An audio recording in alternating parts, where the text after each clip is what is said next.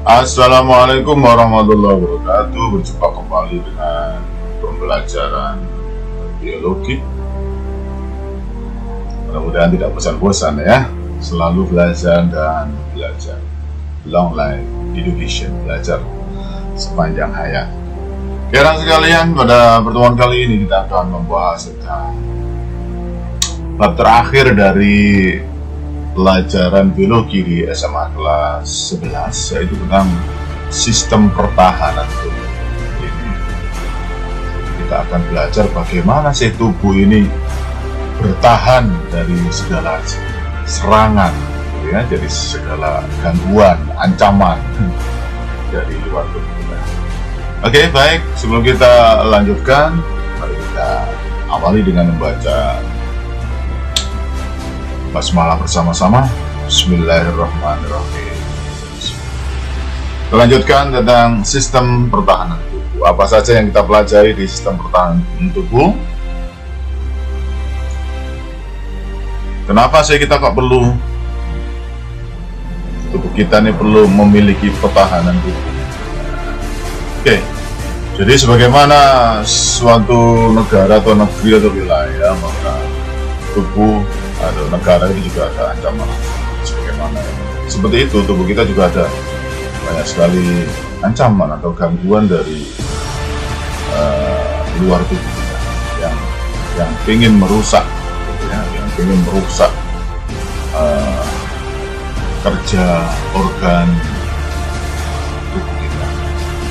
Adapun yang dibahas pada pertemuan kali ini ada beberapa hal, nanti kita misalkan per bagian ya.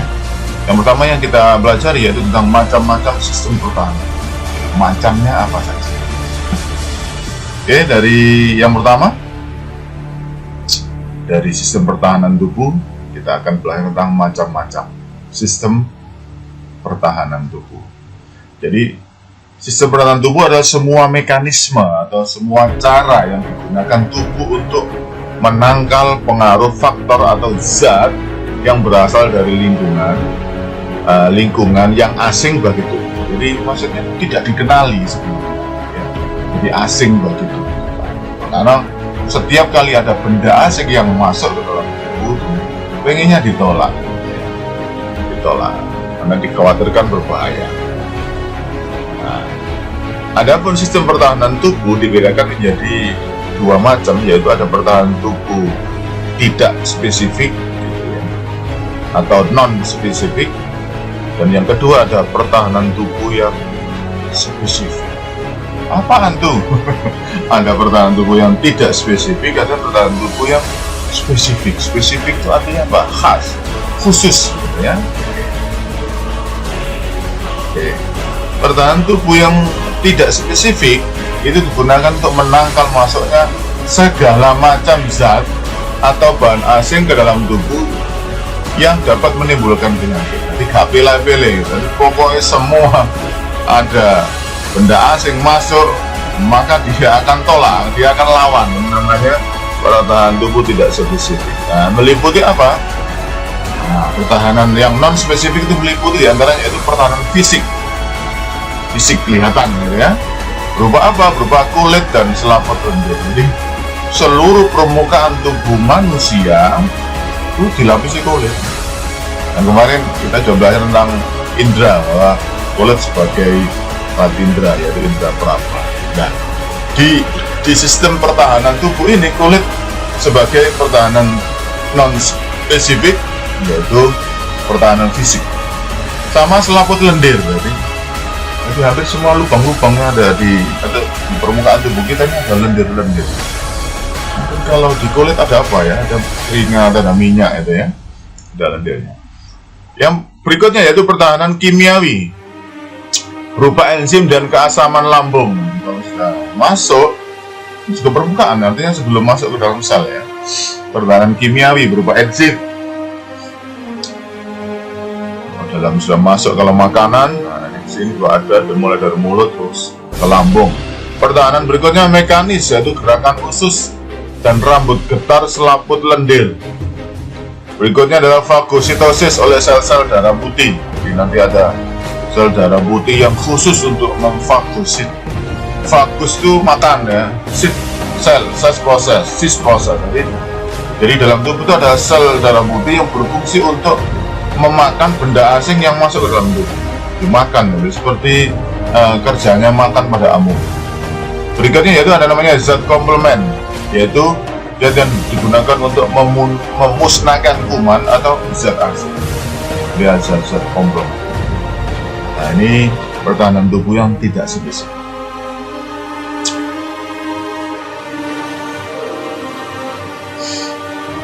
Pertahanan tubuh tidak spesifik diantaranya ada pertahanan eksternal, yaitu pertahanan tubuh sebelum mikroorganisme atau zat asing masuk ke jaringan tubuh.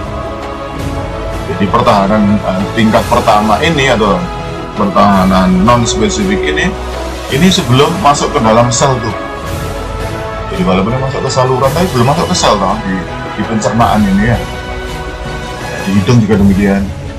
Nah, ini pertahanan tubuh eksternal, berarti sebelum kuman masuk. Nanti setelah masuk ada lagi pertahanan, ya. Jadi sebelum masuk dihadang, setelah masuk juga ada penghadang, ya. Oke. Berikutnya ada pertahanan internal, sebagaimana saya sampaikan tadi ya.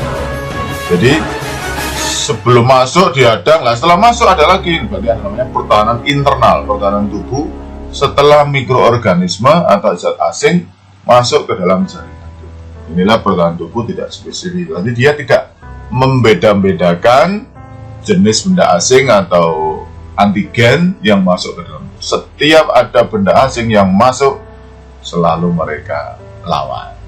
Dia nggak punya ingatan. Jadi untuk yang tidak spesifik atau non spesifik ini tidak punya ingatan. Berbeda nanti dengan pertahanan yang berikutnya. Oke, selanjutnya ada pertahanan eksternal, dijelaskan kembali ya.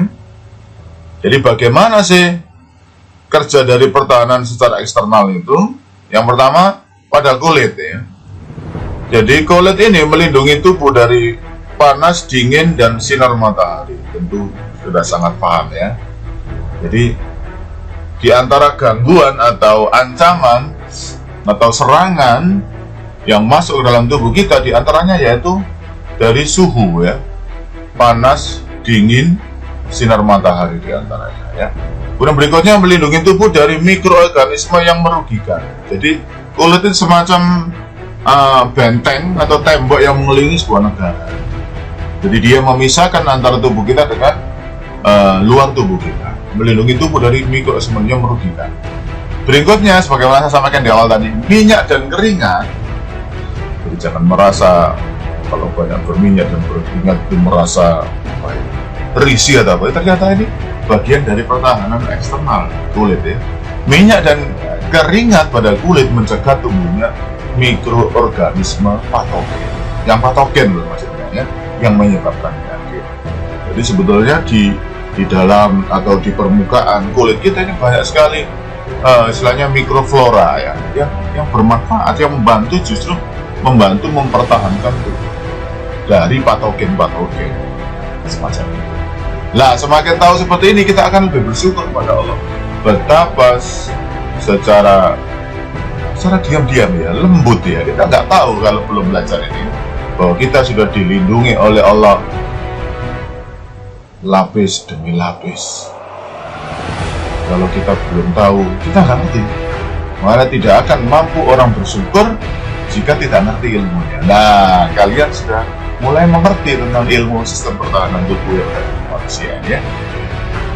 Terus bagaimana jika kulit terluka? Nah ini, jadi misalnya bentengnya jebol, ya benteng pertamanya jebol. Bagaimana jika kulit kita terluka? Maka pada saat kulit kita terluka, sel-sel pertahanan tubuh akan menuju ke daerah luka. Jadi sel darah putih ya, berarti ini sudah tembus artinya. Lapis pertama jebol, maka menuju lapis berikutnya. Nah ini sel-sel pertahanan yang ada di dalam tubuh kita itu akan berbondong-bondong menuju ke bagian yang luka untuk membunuh mikroba dan membuang jaringan yang rusak. Kan ada sel-sel yang mati pada saat terluka itu kan. Kemudian setelah itu memproduksi benang-benang fibrin yang sudah kita pelajari di proses pembekuan darah. Dulu pada saat kita membahas tentang darah kan ada trombosit ya. Oke, setelah itu baru luka menutup. Jadi benar-benar subhanallah, kita benar-benar dijaga oleh Allah ya, dirawat tanpa sepengetahuan kita, tanpa kesadaran kita ini sudah dilindungi oleh Allah dengan berbagai macam cara. Oke. Kalau nanti masih bingung, kita bisa diskusi ya. Nah, berikutnya pertahanan tubuh terhadap infeksi ketika suatu bagian kulit terluka yang tadi itu. Nah, ini gambarannya ya. Ini adalah contoh, ini permukaan kulit, kemudian ini tersobek ya. Sobek mungkin karena batu, karena jatuh, mungkin kena batu, atau mungkin kena benda tajam dan lain-lain. Ini ya, epidermis kulit, luka kecil ditutup oleh trombosit sebagaimana tadi kita sampaikan ya. Jadi trombosit pada saat luka itu trombositnya pecah menghasilkan trombokinase. Seperti itu ya. Kemudian di sini kemudian dipenuhi dengan plasma. Plasma itu cairan ya. Cairan darah. Kemudian anyaman benang-benang fibrin tadi menjerat misalnya gitu ya, menutupi bagian pembuluh darah yang luka sehingga darah tidak terus-menerus keluar. Nah, ini sel darah merahnya dijaring seolah-olah begitu. Di kesempatan yang sama, maka pada saat ada terluka itu istilahnya kan penyerang juga masuk kan, bersama ada bakteri masuk ke luka, tetapi mereka ditahan oleh sel-sel darah. Fagosit ini dimakan. Nah, sel-sel darah putih yang masih berada di dalam pembuluh darah dia akan keluar menembus pembuluh darah, namanya diabetesis ya. Jadi sel darah putih ini mirip Casper, dia bisa berubah bentuk dan bisa keluar, namanya diabetesis. Jadi bakteri-bakteri yang kemudian sudah bisa menerobos masuk ke dalam pembuluh darah juga tidak dibiarkan ada lagi. Bakteri kemudian diselubungi oleh antibodi, kemudian ditelan oleh sel-sel darah. Ini adalah kerjasama yang luar biasa dari tubuh kita dalam menghadapi serangan itu penyakit atau benda asing. Nah, mungkin ini strategi atau orang-orang yang kerja di strategi pertahanan tubuh jadi bisa ilmu ini dijadikan sebagai semacam analogi gitu ya, bagaimana pada saat ada. Nah, ini kan kerjasama yang luar biasa. Ada yang berfungsi untuk membentuk jaring supaya ini lukanya, darahnya tidak keluar. Bersamaan dengan itu bakteri masuk kemudian dihadang oleh sel darah putih ini ya, ini langsung keluar melintas dari jalur yang seharusnya dia lewati kan di pembuluh darah, tapi dia oleh Allah dikasih kemampuan untuk bisa menembus pembuluh darah menuju ke bakteri yang sedang menyerang, dan bakteri yang lolos tetap bisa masuk dari hadangan ini. Ada juga bagian yang berfungsi untuk melawannya gitu ya. Kalau masih lolos jadilah penyakit. Oleh karena itu ini sistem kekebalan ini juga harus dibangun. Nanti seperti apa ya, nanti kita di pembahasan selanjutnya. Kemudian berikutnya anyaman fibrinnya seperti apa lah sebetulnya. Jadi anyaman ini menghadang sel-sel darah merah yang bakal keluar. Jadi ya sempurna sudah. Bagi ayyi ala'i rabbikum, nikmat mana lagi yang kau dustakan. Lihat, tanpa kita sadari Allah sudah menjaga kita seperti mati-matian, istilahnya begitu kalau bahasa manusia ya. Oke, selanjutnya yaitu tentang membran mukosa, masih di sistem pertahanan yang non spesifik ya. Mukosa itu lendir ya. Jadi lendir ini terdapat pada semua saluran yang memiliki kontak langsung dengan lingkungan. Jadi setiap bagian tubuh kita punya kontak langsung dengan luar, ada lendir. Lubang telinga ada lendir, ada lubang hidung ada lendir, ada lubang mulut ada lubang-lubang yang lain ada lendir yang biasa ya. Ini salah satu bentuk sistem keamanan. Membran mukosa trakea misalnya menghasilkan mukus atau lendir ini ya untuk menjerat mikroba atau partikel asing. Jadi di sepanjang saluran pernapasan ini mulai dari hidung itu kan sudah pernah kita pelajari di sistem pernapasan, dia ada sili-silia atau rambut-rambut halus yang dilengkapi dengan lendir-lendir. Lah itu apabila di udara yang kita hirup ini mengandung partikel-partikel, nah maka itu dijerat gitu ya, dijerat oleh mukosa itu. Terus kalau udah diserat diapakan? Nah, jadi dia juga punya epitel bersilia yang dapat bergerak. Jadi bukan sekedar dijerat, tapi itu bisa bergerak. Jadi lendir kemudian dilengkapi dengan rambut-rambut halus itu bisa bergerak arahnya ke atas. Jadi dia mengeluarkan dengan lemah lembut, mengeluarkan partikel-partikel yang terjebak dan lengket pada mukus itu untuk dibawa keluar. Sehingga jangan misalnya kita bangun tidur nanti ada semacam lendir yang menggumpal di tenggorok, di tenggorokan kita. Kemudian kita di Islam itu disunahkan itu. Nah, kalau pada saat wudhu istisna ya, dia memasukkan air ke dalam hidung kemudian disisikan atau dikeluarkan. Nah, itu membantu untuk mengeluarkan partikel yang terjebak oleh lendir itu atau mukosa itu untuk keluar, atau riak yang keluar karena ada gumpalannya itu akan berwarna hitam. Kalau misalnya kita berada di tempat yang sangat mengandung banyak polusi ya, atau polutan. Kemudian berikutnya membran mukosa lambung atau yang dikenal dengan asam lambung atau HCl. Jadi kalau tadi itu menjebaknya, kalau di HCl ini itu membunuh benda asing. Jadi kalau ada benda asing yang masuk ke dalam saluran pencernaan, maka pada saat di lambung dihantam lagi dengan HCl asam lambung untuk membunuh mikroba lagi pertahanan yang non spesifik. Berikutnya yaitu di mata misalnya ya. Jadi di mata kita ada air mata. Jadi di mata pada saat mata ini menghasilkan air mata, baik dalam keadaan sedikit atau banyak. Kalau banyak biasanya pada saat kita kelilipan ya, atau pada saat kita menangis sedih itu kan banyak keluar air mata kelihatan. Tapi sebetulnya pada saat kita berkedip pun itu sebetulnya ada air mata yang keluar itu membasahi permukaan. Jadi kalau tidak ada itu bakal kering mata kita. Jadi di air mata yang dihasilkan oleh kelenjar air mata ya, di atas ini ya, di atas alis ini ya, itu ternyata mengandung enzim lysosin yang dapat merusak dinding selnya bakteri. Dengan singkat kata membunuh bakteri. Lagi-lagi pertahanan tubuh kita. Gimana? Sudah mulai sudah mulai paham ya.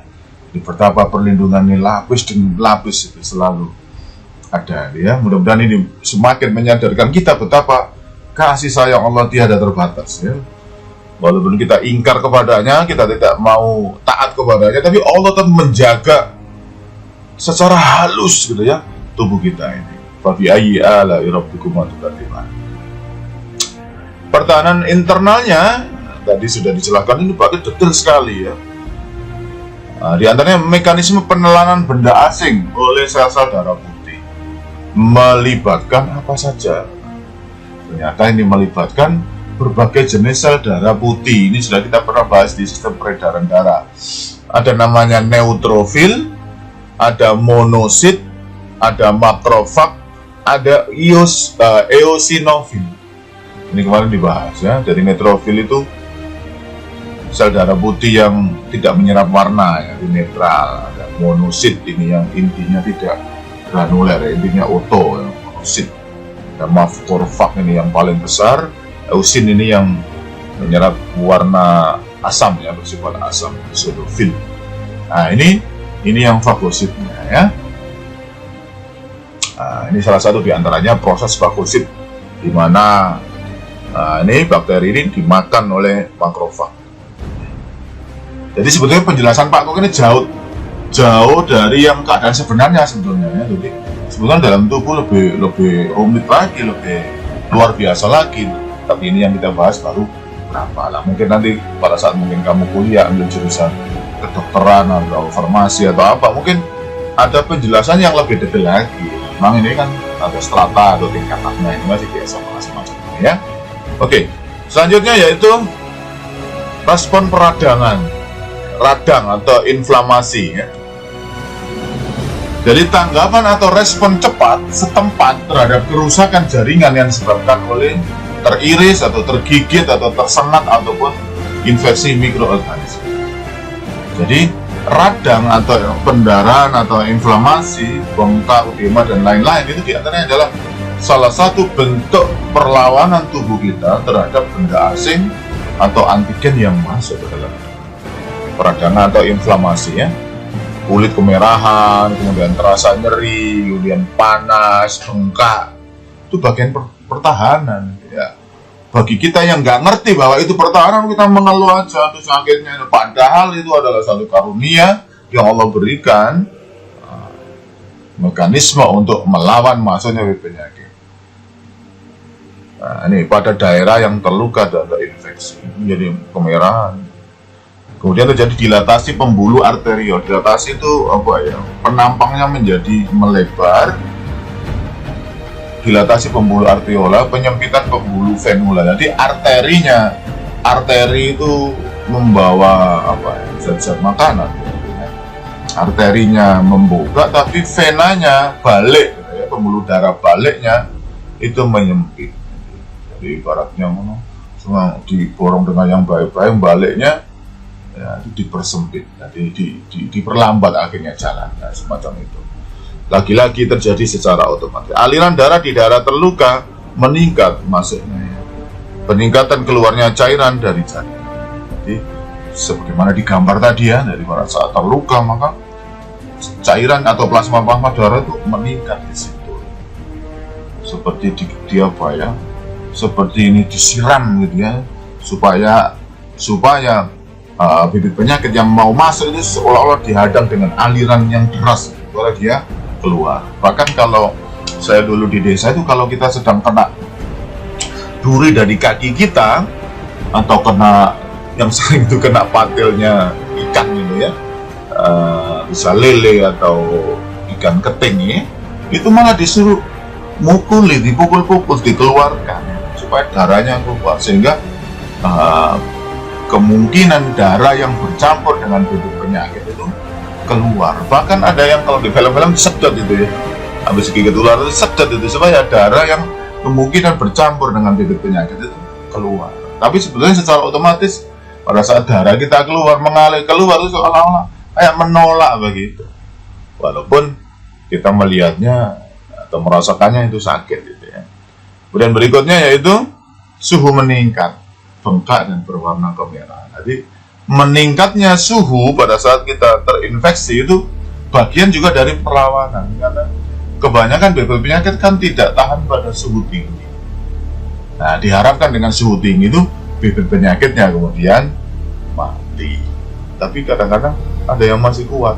Nah, setelah itu kita sakit. Sehingga jangan heran setiap kali kita hampir ini ya, setiap kali kita mau sakit biasanya ada rasa badan kita menjadi tinggi. Itu sebenarnya bagian dari perlawanan. Jika setelah itu kita menang, tubuh kita menang, maka kita jadi sakit. Tapi kita kalah karena mungkin kekebalan kita lemah, jadilah kita sakit. Semacam itu ya. Jadi semuanya ada manfaatnya ini bagi orang-orang yang berilmu, bakal tahu. Tapi yang tetap berusaha setelah itu ya, ikhtiar secara dohirnya tetap dilakukan. Walaupun sudah ada pertahanan secara alami dalam tubuh, perlu dibantu dengan ke dokter supaya kita tahu persis itu barangkali ada obat-obatnya yang sudah ditemukan. Berikutnya kita belajar tentang senyawa antimikroba atau antimikroba. Jadi senyawa antimikroba itu untuk menghancurkan sel-sel mikroba yang masuk atau untuk menghambat reproduksi mikroba asing.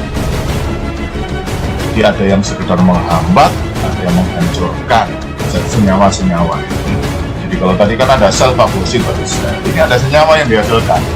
Jadi pada saat bibit penyakit masuk, tubuh kita itu ada respon ya, ada respon. Jadi setelah menerima rangsangan ada bibit penyakit yang masuk, seolah-olah ada alarm yang bunyi gitu ya, maka sel tubuh kita itu menghasilkan zat namanya zat antimikroba.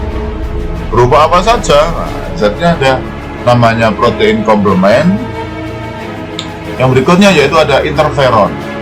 Apa itu? Nah, kita lihat ya. Jadi protein komplement adalah agen mikrofag yang terdiri atas 2 protein serum. Hanya itu aja, mungkin saya nggak bilang secara detail ya.